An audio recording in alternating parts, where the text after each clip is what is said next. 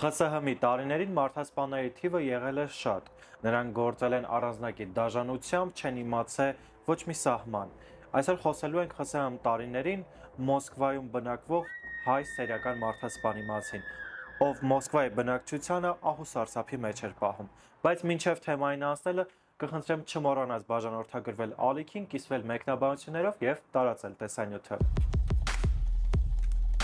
Վլադիմիր Իոնեսյան, մեր հայրենակիցը, ծնվել է 1937 թվականին Թբիլիսիում։ Ավարտել է տեղի պետական կոնսերվատորիան, աշխատանքի անցել թատրոնում, սակայն շուտով նրան դատում են զինվորական ծառայությունից խուսափելու համար։ Վլադիմիրը Թիֆլիսում աշխատել է որպես դերասան Թիֆլիսի թատրոններից մեկում, ինչն էլ նրան հնարավորություն է տվել ավելի խորամանկաբար մոտենալ հարցին եւ տարբեր կերպարների միջոցով մարդկանց համոզել, որ նա սովորական էլեկտրիկ է, ով եկել է հերթական ստուգումներին եւ պետք է զննություն անի տանը, որից հետո սկսել է իր դաժան գործերը։ Վլադիմիրը ամուսնանում է, որդի է ունենում, բայց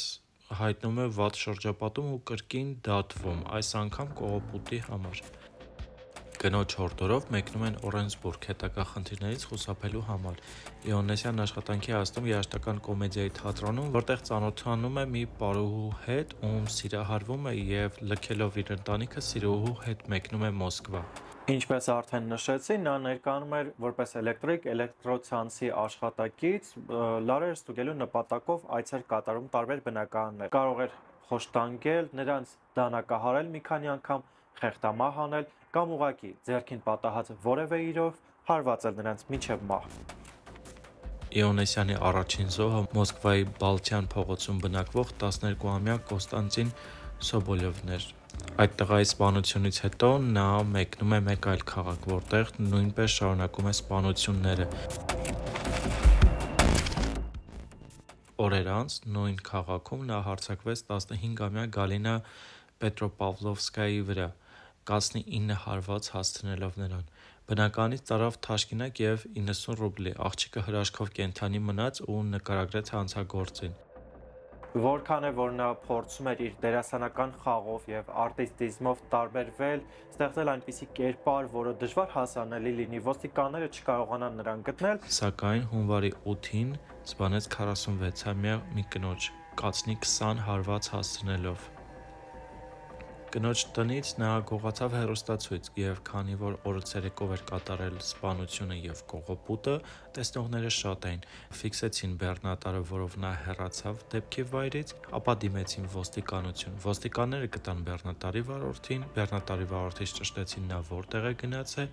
հասնելով տեղ, պարզ դարձավ, որ նա տանը չէ, տանն է միայն սիրուհին, իսկ նա արդեն մեկնել է։ Ձերբակալեցին սիրուհուն։ Սիրուհուն ձերբակալելուց հետո սկսվեց փորձաքննություն։ Նրան ձերբակալեցին 1966 թվականին Գորկի քաղաքում, իսկ դատը տեղի ունեցավ Մոսկվայում։ Դատական process-ը շատ մեծ աղմուկ հանեց, քանի որ մինչև նրան ձերբակալելը մարդիկ վախենում էին նույնիսկ տանը մենակ մնալ։ Մարդկանց մեծամասնությունը մտածում էր, որ եթե տանը մենակ մնա, ապա նա մի օր կթակի նաև նրանց դուռը։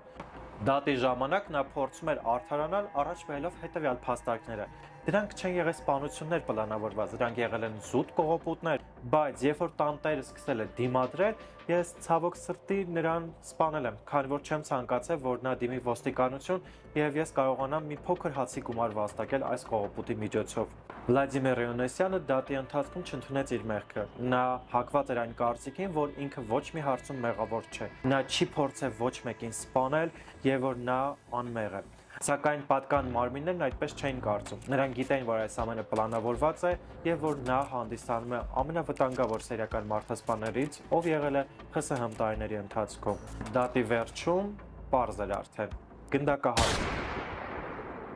Գնդակահարության ժամանակ նա ընդամենը 26 տարեկան էր։ Եթե ձեզ հետաքրքրում է նմանատիպ կոնտենտ, կարող եք մեկնաբանություններում կիսվել ձեր կարծիքով եւ ես կփորձեմ ձեզ պատմել ԽՍՀՄ մյուս սերիական մարդասպանների կամ դաժան փաստերի մասին, որոնք տեղի են ունեցել անցյալում։ Մեր ծնողների լեզվով ասած, մեր ապահով եւ լավ տարիներին, քանի որ ինչպես փաստում են մեծահասակները, ԽՍՀՄ տարիներին ոչ եղել են անտուն մարդիկ, ոչ եղել են մարդասպաններ, ոչ կողոպուտներ, բոլորն ապրել են ապահով, բայց ոչ Վլադիմիրի զոհերը։